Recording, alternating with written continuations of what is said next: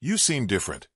He said it from the kitchen doorway in the soft, observational tone people use when they want to sound casual while checking whether the atmosphere has shifted against them. I was drying my hands at the sink.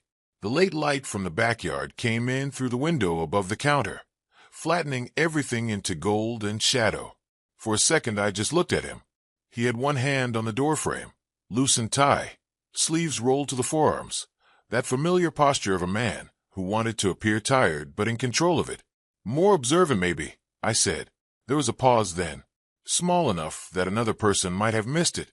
But once you begin paying attention in a marriage, the smallest pauses become louder than speech. He smiled. "That sounds ominous."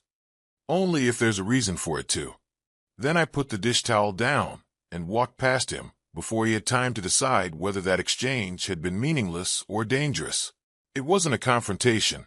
Not yet. It was a test. And what I saw in his face in that brief second after I answered told me enough. A man with nothing to hide does not stiffen at the word observant. He might joke. He might ask what you mean. He might even ignore it. But he does not freeze inwardly, like someone who has just felt the floor move under furniture he thought was secure. Around that time I started understanding something I wish I had understood much earlier. In relationships shaped by manipulation, the deceptive person often believes power belongs to whoever controls information, the one withholding truth, the one deciding what version of reality will be made available and when. But that power exists only as long as the other person is still emotionally dependent on the performance.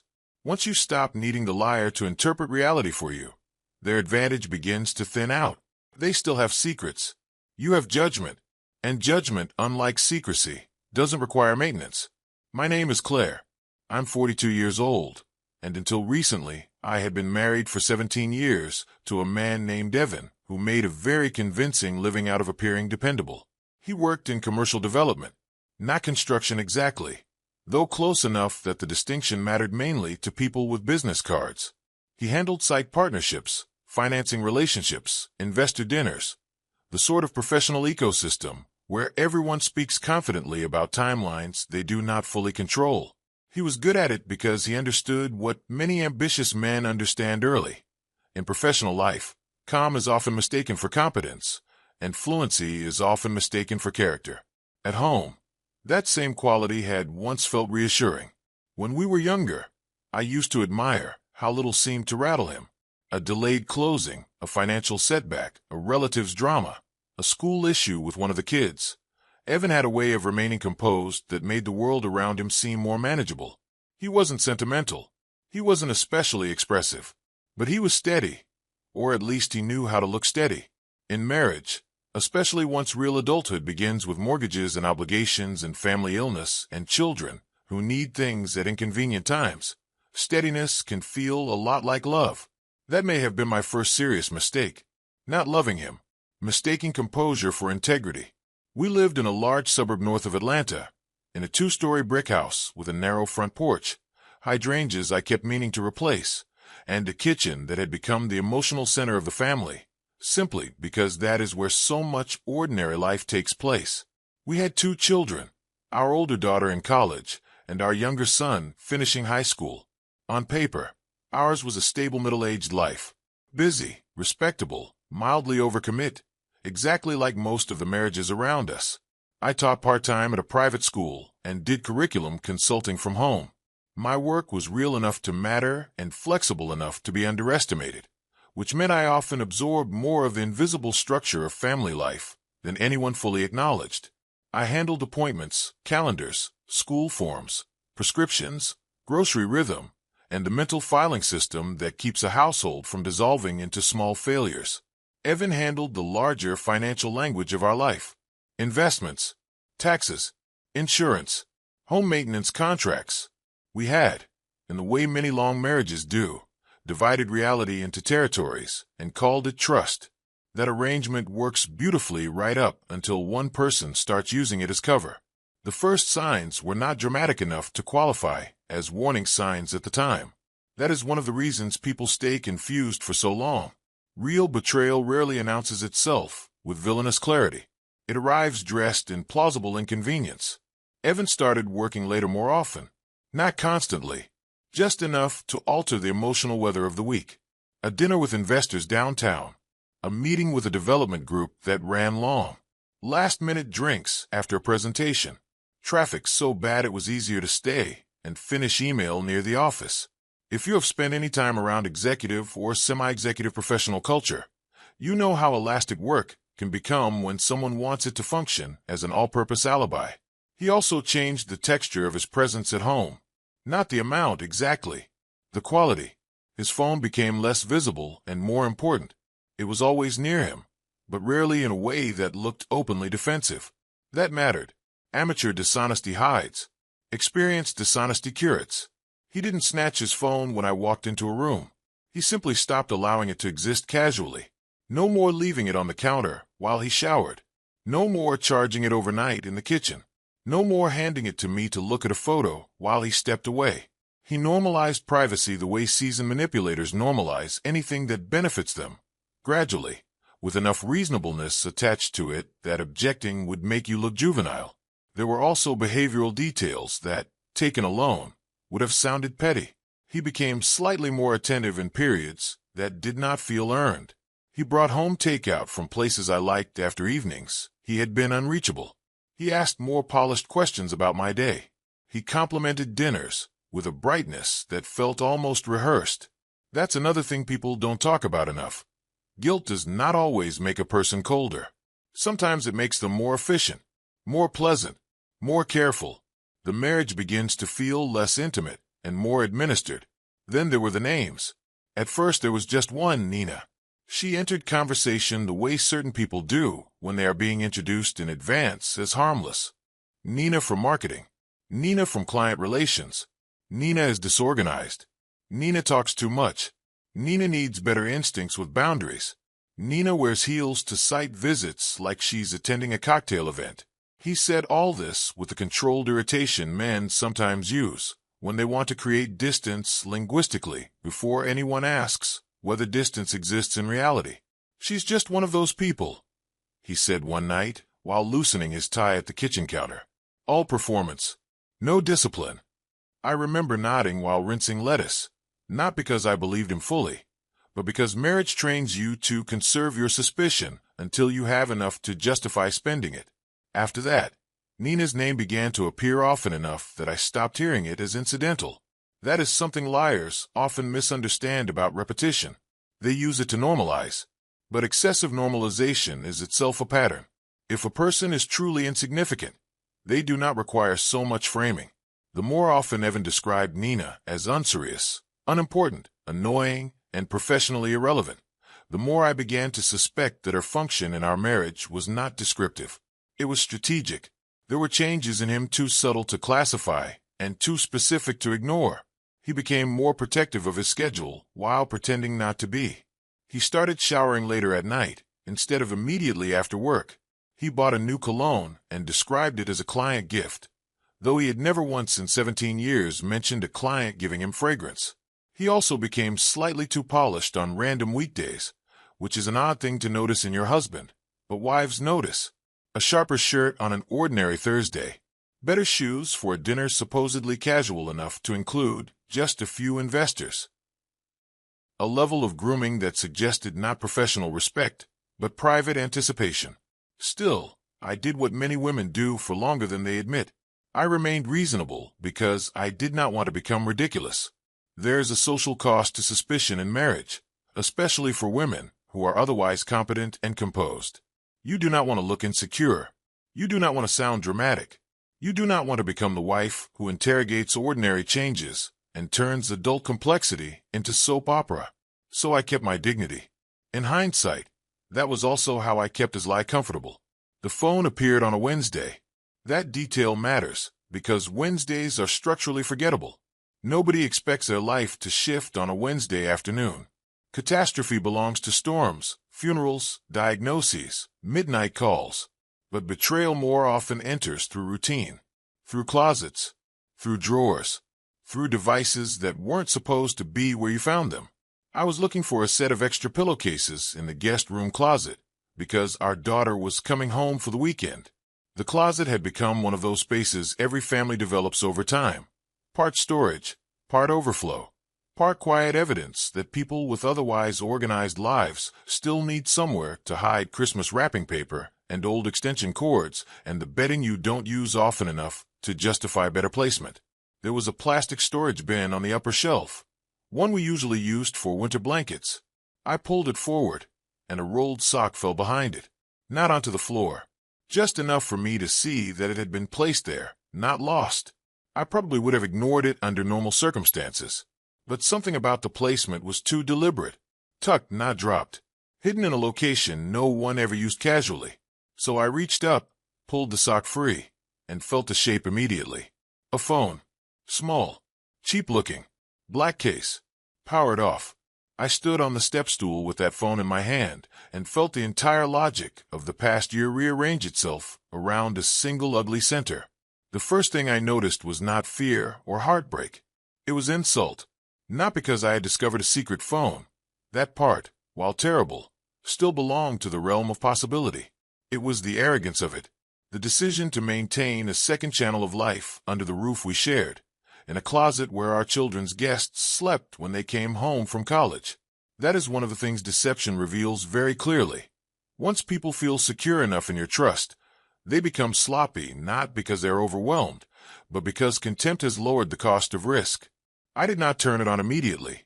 That is worth saying, because people imagine discovery produces instant action. Sometimes it produces stillness. I sat on the edge of the guest bed with the phone in both hands and listened to the house. The hum of the air, the washing machine downstairs, a dog barking 2 houses over, ordinary suburban noise continuing, as if the architecture of my life had not just shifted. Then I pressed the power button. The phone lit up after a few seconds. No passcode. That, more than anything else, told me I was not looking at a device meant for theft protection or privacy in some abstract sense. I was looking at operational convenience. A phone used often enough that speed mattered. The messages were not endless. He had deleted selectively, but not thoroughly enough. There were texts from a number saved only as N, hotel confirmations, brief coordination messages, timing language, room numbers, one message asking whether I was still home, another saying, "Don't use the other line tonight." There were gaps where threads had clearly been cleaned, but absence has its own shape. You do not need every detail when the structure is already visible. There were photos too, not explicit ones, that would almost have been easier in its vulgarity. These were worse because they were intimate in a way that suggested repetition. A half-smiling selfie in a hotel mirror, a close-up of a hand holding a wine glass at a restaurant table, a picture of Nina in a navy blouse, turned slightly away, looking at a window with the city behind her. Familiarity without shame. The visual language of people who had normalized themselves to each other. I put the phone back exactly where I found it. Then I went downstairs, made tea, and sat at the kitchen table until the water went cold. I did not confront him that night. I did not call him screaming. I did not photograph the messages and send them to friends. I did not demand an explanation while he was still at work. All of those things would have relieved pressure for me and created opportunity for him. Intelligent liars improvise well when given one piece of evidence in a heightened emotional moment. What they struggle with is accumulated pattern, calm, timing, structure.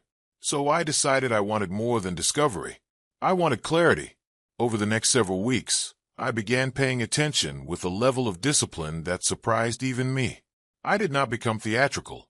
I became methodical. I watched charges, calendar entries, his claims about late meetings, the dry cleaner ticket dates, parking receipts, credit card timing, small behavioral shifts.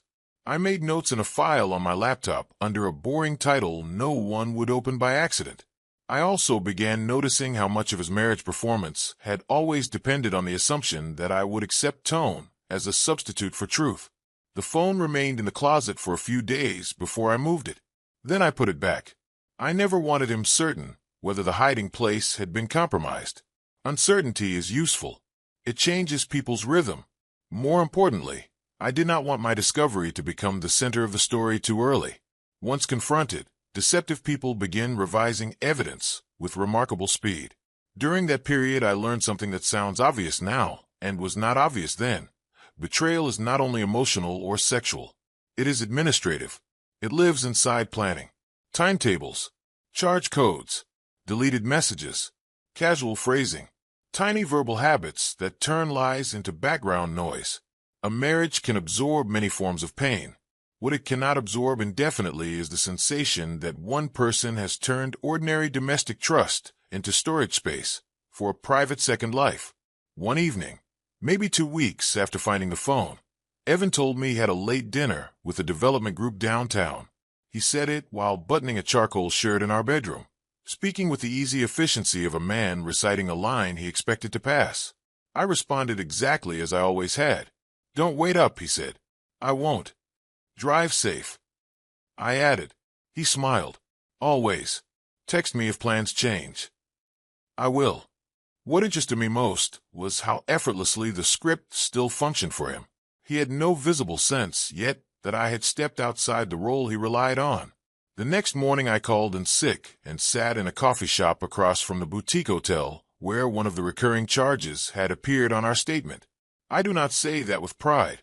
Surveillance is an ugly thing, even when justified. It corrodes something in you. But by then I needed one clean answer in daylight, not another month of indirect confirmation and psychological negotiation. At 8:17, Evan walked out of the lobby with Nina. She was smaller than I expected. Mid-30s, polished, dark coat, expensive handbag, the kind of woman who looked carefully maintained rather than effortlessly beautiful. That distinction matters more in adult affairs than younger people understand. They were not behaving like co-workers after breakfast. They were too relaxed, too physically familiar in the aftermath of private time, too unguarded. He touched her elbow lightly as they paused near the curb. She said something and laughed. He leaned closer. Then he kissed her on the cheek before they separated. Not dramatic, not cinematic. A practice goodbye. Casual enough to seem ordinary between people who had done this many times before. That was when something in me settled permanently. Not because I had caught him. I already knew. But because seeing it in daylight removed the last bit of abstraction. Betrayal survives partly because imagination softens it. You wonder whether context would change the meaning. You wonder whether you're exaggerating patterns. You wonder whether adulthood is simply messier than you want it to be. Watching your husband walk out of a hotel with another woman at breakfast hour answers all of those questions in a language the body understands immediately. I went home, showered, dressed for work, and said nothing. That evening he came in cheerful, carrying takeout from a place I liked. That had become one of his habits too. Timing generosity to moments when his conscience required self-repair. He kissed my temple, asked how my day had been, set the containers on the counter with clean hands, and practiced warmth. And in that moment I had the strange, clarifying thought that marriage can survive grief, exhaustion, even anger. But it cannot survive contempt. And what he was offering me then, whether consciously or not, was contempt disguised as care. Still I waited. I wanted the truth to come out in a way that would leave no room for performance. That opportunity arrived 2 weeks later at a dinner party hosted by one of Evan's colleagues. It was the kind of evening professional adults arrange to reassure themselves they're still socially alive. Good wine, strategic guest list, expensive candles, too much talk about markets, renovations, school districts, bond yields, and restaurants no one would have visited if other people weren't impressed by reservation scarcity. Nina was there. That part did not surprise me. What surprised me was how comfortable Evan had become with risk. That is one of the mistakes arrogant people make near the end of a lie. Once they have succeeded long enough, they stop seeing themselves as lucky and begin seeing themselves as superior. They confuse repetition with mastery. Nina greeted me with perfect friendliness. Warm, measured, socially fluent. Evan moved through the room with his usual smooth competence. I watched both of them and realized they had begun to rely too heavily on the assumption that I was passive, trusting, occupied with domestic administration. In other words, manageable. During dinner someone made a joke about how impossible it is to keep anything private anymore. Not affairs, not finances, not politics, not even surprise parties. Everyone laughed with that careful, social laughter adults use to step around dangerous subjects without appearing afraid of them. Evan, smiling into his glass, said, People get caught mostly because they panic. If you stay calm, most things are manageable. A few people laughed again. I don't know if anyone else heard the deeper truth in that sentence. I did. So I set down my fork and said, very evenly, that depends on what you mean by manageable. Some people confuse concealment with control. The table went quiet. Not dramatically. No one gasped. But there's a distinct stillness that passes through civilized rooms when someone has stopped decorating reality. Evan turned toward me. Nina looked down. I kept my voice calm. There's also the problem that once someone needs a second phone to preserve a version of themselves, they're usually not managing anything. They're just delaying consequences. You could feel the sentence land. No one moved for a second. Then Evan said, Claire, what exactly are you talking about? That was the last performance. Not for me. For the room. For the witnesses. Because people like him care most about dignity at the exact moment it has already become unavailable. I looked at him and said, I'm talking about the phone in the guest room closet. The one hidden in a sock behind the storage bin. I'm talking about Nina. I'm talking about Thursday mornings. I'm talking about the fact that you seem to have confused my silence with ignorance. No shouting. No accusations thrown like glass. Just facts. That is what changed the power dynamic completely. I was not asking for truth. I was stating it. There is no useful defense against precise. Calm when the facts are already in the room. Nina stood first. She murmured something about needing to leave. One of the hosts followed her toward the foyer in a daze of embarrassed hospitality. The rest of the table became fascinated by napkins, water glasses, candle wax, anything that could spare them the obligation of reacting honestly. Evan's face didn't collapse the way people imagine in stories like this. He did something more believable. He tried to stay composed. He said my name quietly, almost warningly, as if I were the one creating a problem through inappropriate timing. That told me everything. Even then, some part of him believed this was a situation he could still manage if I behaved correctly. I stood, placed my napkin beside my plate, and said, You can explain yourself later if you want to hear yourself do it, but don't mistake that for an opportunity to fix anything. Then I left. He came home an hour later. What followed was not some cinematic confession. It was worse. It was negotiation. First came denial of scale. It's not what it looked like, which is one of those desperate phrases people use when reality looks exactly like itself. Then came minimization. It wasn't serious. It was complicated. It had been a difficult period. He felt disconnected. He never meant to hurt me. It had never been about replacing me. Then came partial truth. Nina had been going on for months. There had been others before her, though he tried to frame them as isolated, meaningless, almost accidental. That word again, meaningless. Cheaters love that word. They think it reduces the offense. In fact, it often enlarges it. Repeated betrayal is not softened by emotional emptiness. If anything, it becomes more insulting. It tells your spouse you risked an entire shared life not for love, not for confusion, not even for some tragic weakness, but for appetite and vanity. He cried eventually.